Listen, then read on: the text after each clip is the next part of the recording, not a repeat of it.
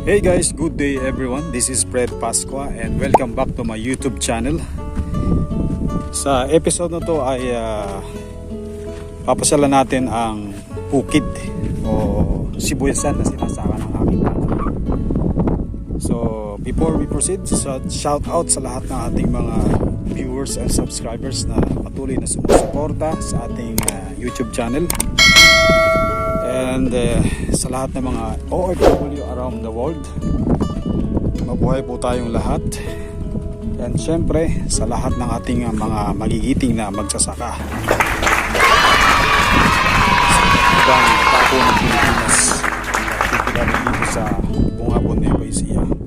Alright guys, so samahan nyo ako, pasyalan natin ang sibuyasan na sinasaka ng aking tatay. Alright.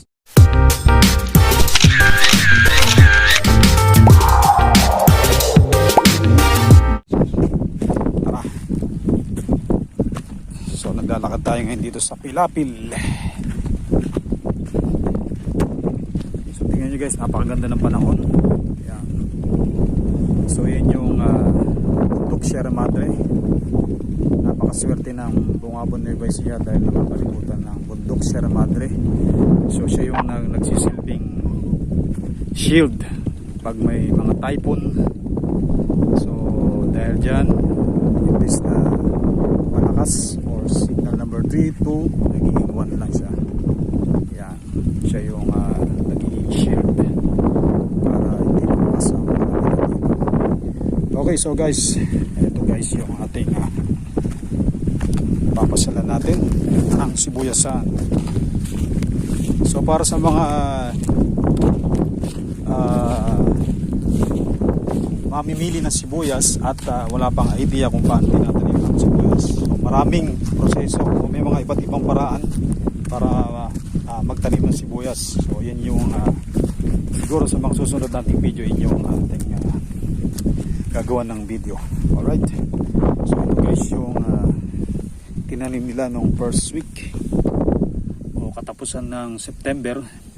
So 2 months na. So yan na yung laman niya. Yan. So ganyan siya karami. Yan. So by January or 3rd week of January 2024. So yan naman doon. Ikot. Okay. So konting trivia nga pala guys. Kung di nyo alam, ang Bungabon, Nueva Ecija ay tinutuyang onion capital of the Philippines and Southeast Asia. So check nyo lang yan sa Google. Okay, so napaka blessings ng or napaka blessed ng Bungabon, Nueva Ecija kasi sa pagkakaroon ng napakalawak na lupain. Okay, so kapatagan na ang pangunahing produkto nila tinatanim ay pagtatanim ng sibuyas. At sa loob ng isang taon, 3 crops yung tinatanim nila dito. So una,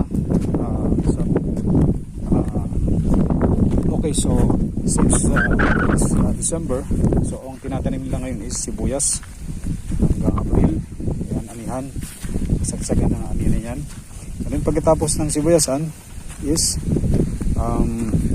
gulayan, mga iba't ibang uri ng gulay. So tulad ng sili, mais, kamatis, talong at marami pang iba.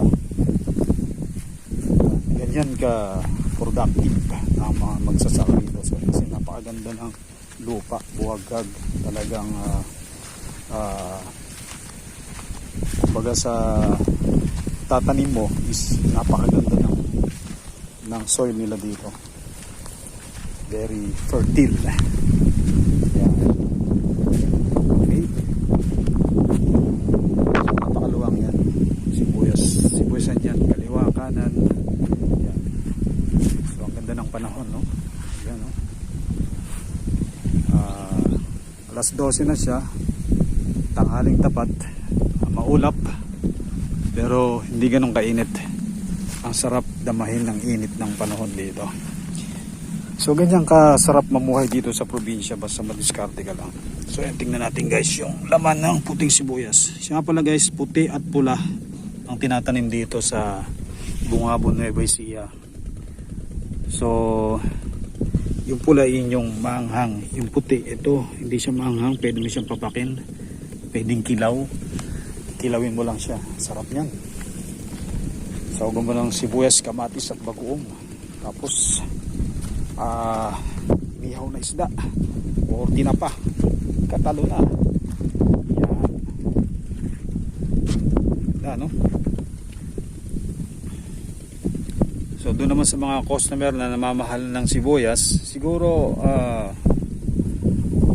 may time talaga na nagmamahal yung presyo ng sibuyas,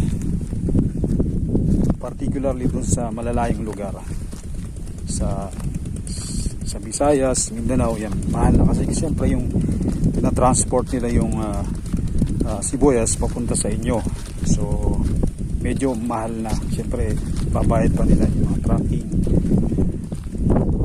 fees, pati pa yung pamamaraan paano nila ipaparating yung mga sibuyas na ani dito sa ng mga lokal. So suportahan po natin yung pagsasaka ng ating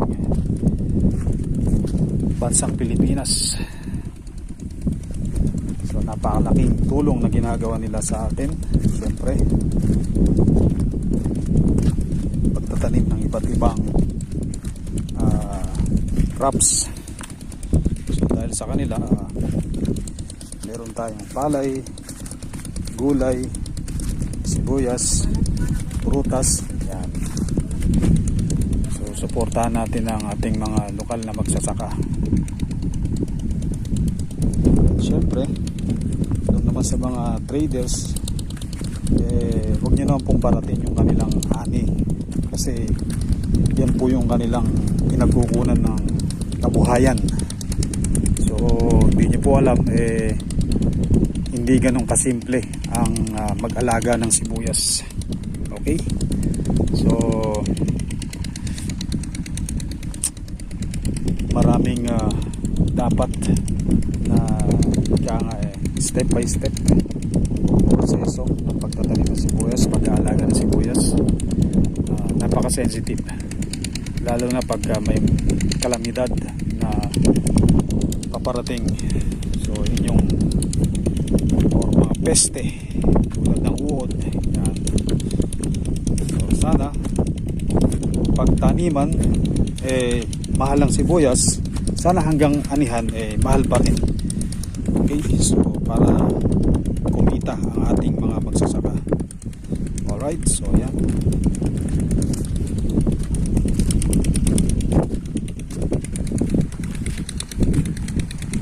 Sarap ng simoy ng hangin dito sa probinsya.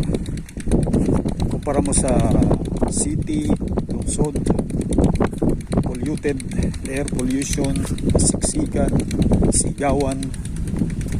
Dito sa probinsya, wala yan. Unlimited ang paglanghap mo ng sariwang hangin. Diba? Hindi mo na kailangan magtakip ng panyo, hindi mo na kailangan magmas, sariwang hangin yan. Alright, so napakaganda ng panahon dito ngayon, siyempre. Okay, so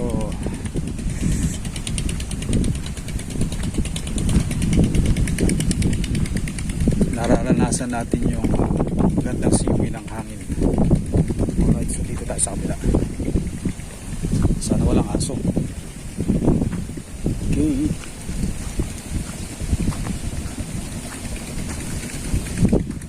Ayan. Oh.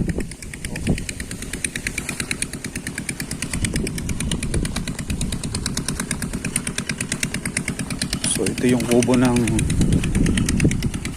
aking tatay. May tanim siyang mga sili. Ayan. So ito yung tinatawag na bahay kubo. Sa paligid ay may mga nakatanim na iba't ibang uri ng gulay. Malaki tatay dati itong ano mo. Ito, malunggay, oh. Itong masarap. Oh, may papaya pa pala Kailan kasi. lang ito? Nakapunta ka na ba rito? Nung nakaraang ano. Yung pepper tree puno dyan nun. Hindi, yung nakaraang ano. Nung punta ko rito na ano. Naabutan ko na yan. 2019, nandito ako eh. 2020 lang hindi ako nagbakasyon. Ayan oh. Ito ang pinaka malupit na sili. Sobrang anghang. Ito naman ang puno ng malunggay. So, yan, may bunga na siya. Napakasarap po nitong puno ng dahon ng malunggay na ito. Napakasustansya. Ang daming health benefits. So sa iba, ang tawag nila dito is moringa. Yan. Then, ito naman yung puno ng papaya. Yung bunga na. Yan o. Sa ibang lahi, ang tawag nila is papita. Yan. Sa kabila, may puno ng nyog. Yan. Ito yung puno ng sampalok or mandarin. Ayan. Traktor ginagamit sa pagbubungkal. Deep na poso. Ayan. Napakasimple ng pamumuhay dito, pero masaya. Masarap ang hangin na nalalanghap. May bunga na siya oh. Bunga oh. Loki ang tawag dito eh. Pero sa atin, ayan, may bunga na siya oh.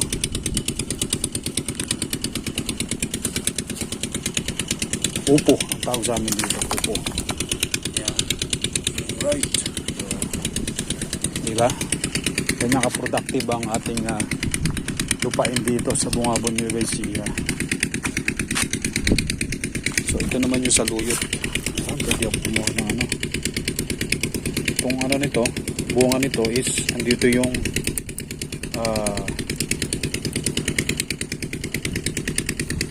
buto ng saluyot. Jute leaves. Kunin ko tatay ito ha. Ayun, matuyo nito. Asa tayo?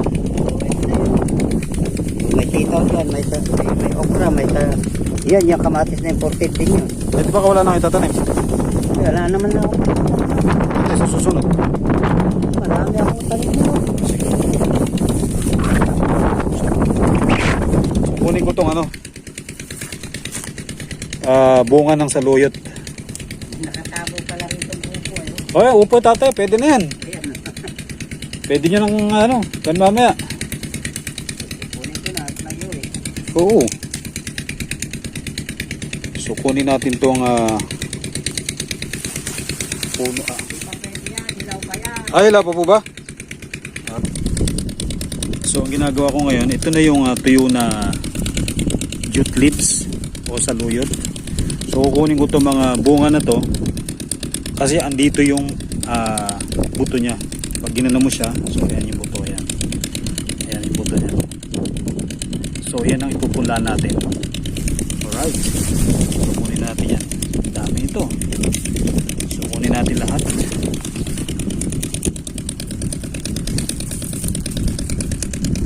Yan, madami kong kukunin. So kukunin ko muna guys lahat ha. Natin. So napapansin nyo medyo maingay yung background natin. So may deep well doon. Yung ginagamit nilang deep well, yun ang pinagkukunan ng source ng water para ipatubig dito sa palayan. So diba? Grabe no? Ganyan kaswerte ang lupain dito sa Bungabon, Nueva Ecija. Maganda na yung lupain mo, may tubig ka pa sa underground na pwede mong gamitin na pang tubig.